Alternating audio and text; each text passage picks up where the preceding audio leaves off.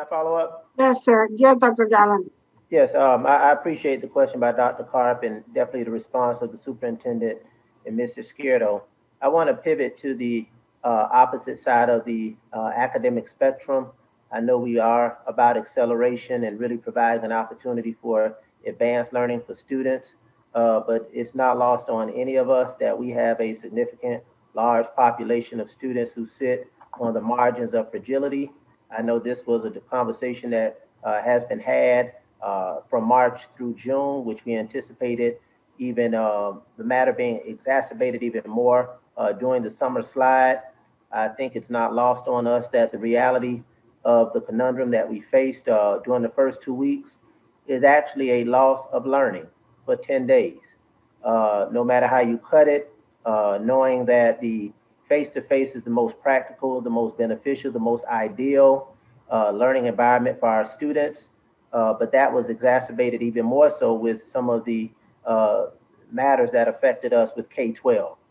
In some students for 10 days simply did not learn. For 10 days, some students simply did not have an opportunity to access learning, period. I don't Mm-hmm. need a, I don't need another preposition behind it, period. And those students, quite frankly, represents the least, the last, and the lost too frequently, those who sit on the margins already.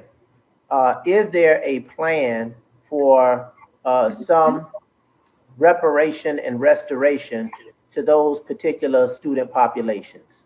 A plan, I just made that up, I guess, a plan for reparations and restoration to repair and to restore learning that was lost for the most fragile population of our students. I don't think it's debatable that some teaching and learning did not occur. If teaching didn't occur, then obviously learning did not happen for a course of 10 days for the Mm-hmm. most fragile population of our students. Correct. So where I am through the chair in support of extending learning opportunities for field trips and those things that really speak to those student populations that represent the apex of an academic trajectory, it's not lost on many of us that we serve a very fragile population of students in which nearly 75% in our district live in poverty.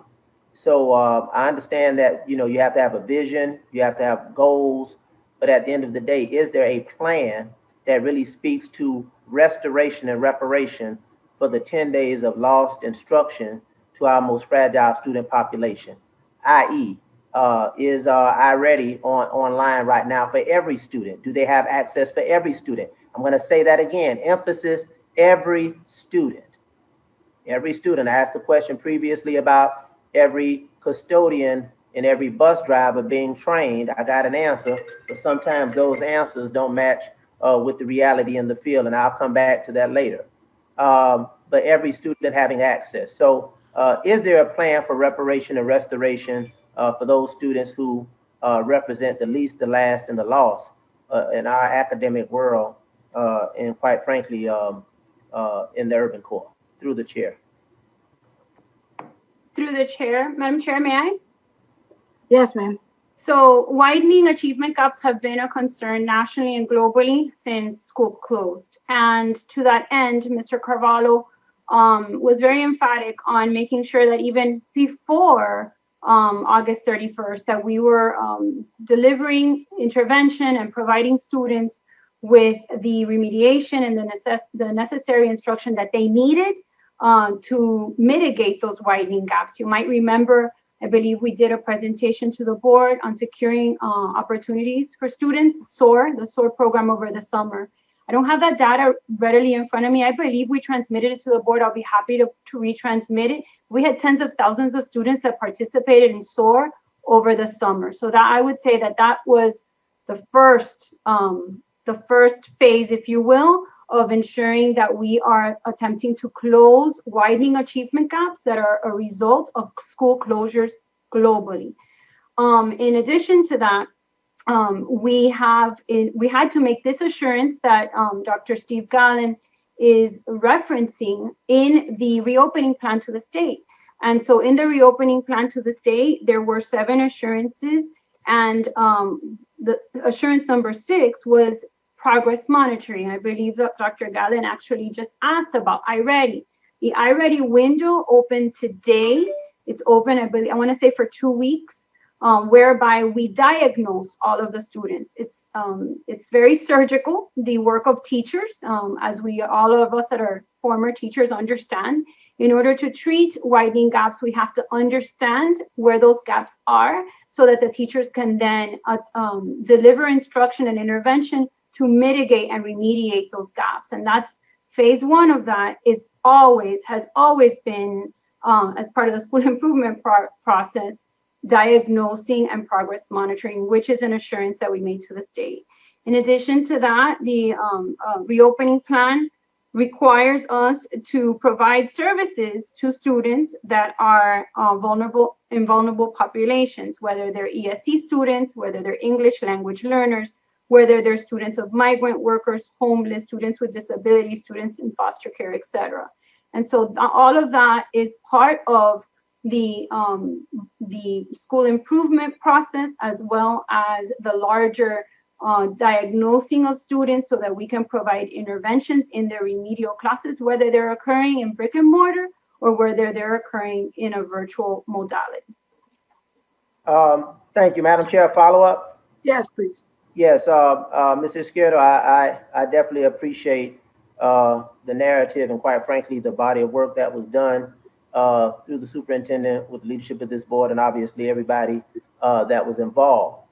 A lot of that work that has been articulated, specifically SOAR, I get that, I appreciate that, actually I respect that, and I know what that work looks like.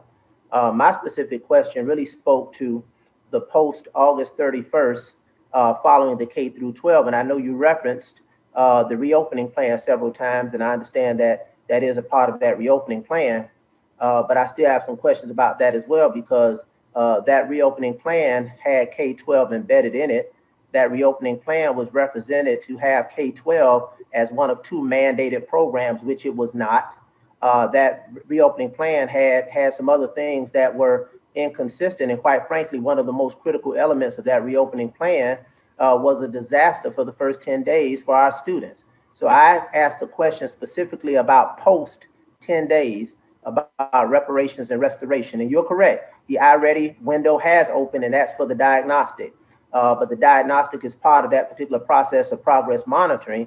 But we also know we have the iReady toolkit that gives students some opportunities to practice and remediate and hone in their skills. I'm bouncing around. I think you're bouncing around, Mr. Skiddo. You move from one screen to the next. So those are some things that I'm talking about in terms of honing in on diagnostic. Diagnostic is a part of that process. I get it. But if we start to look at the data from a Q1, a diagnostic one as baseline, that data is going to be shady at best because of the 10 days loss of learning with many of our students. And we know the regression that takes place over the summer as well, coupled with the fact that we utilize very often not the diagnostic data as the baseline. We try to utilize FSA data as a baseline, but we didn't have any FSA data last year, so obviously we had to come into the summer. So all of those things represent somewhat of a tornadic experience for our students. And again, the spirit and intent of my question was the least, the last, and the lost.